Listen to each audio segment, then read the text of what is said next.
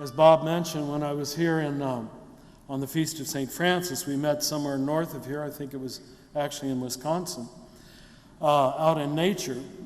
We wanted to take advantage of Francis's love of nature, but also to point out what usually doesn't need a lot of pointing out to men, that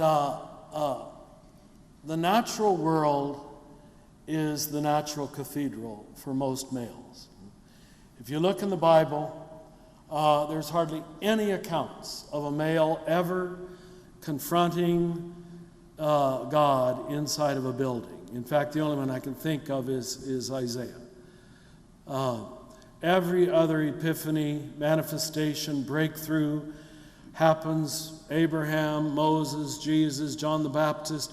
It's always out in the natural world. That's the one world that the male can't fix, can't change, can't control. It is what it is, what it is, and we got to adjust. And so it's the one world that for some wonderful reason we respect.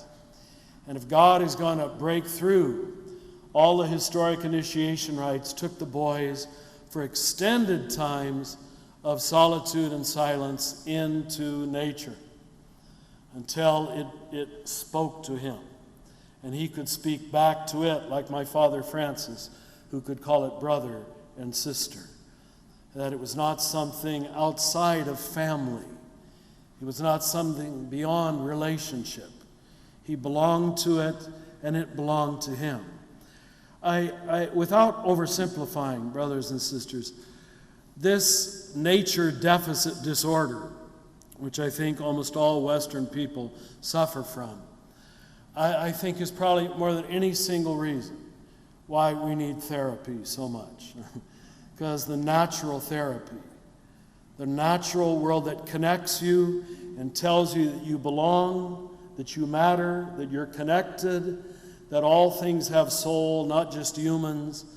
And when we don't recognize the soulfulness of the first Bible, we hardly know how to read the second Bible. And that's what the early Franciscans called the natural world, the primary Bible that existed for 13, perhaps 0.7 billion years before we ever wrote any verbal Bible, was the natural world. And we stopped taking the first Bible seriously, and that's perhaps an indication or even what God is trying to tell us by what's happening in the Gulf today, where it seems the natural world starts having messages for us that you're not respecting me, you're not listening to me, and we see our natural world bleeding in a way that all of our technology cannot stop. It's an utter humiliation for the technological world.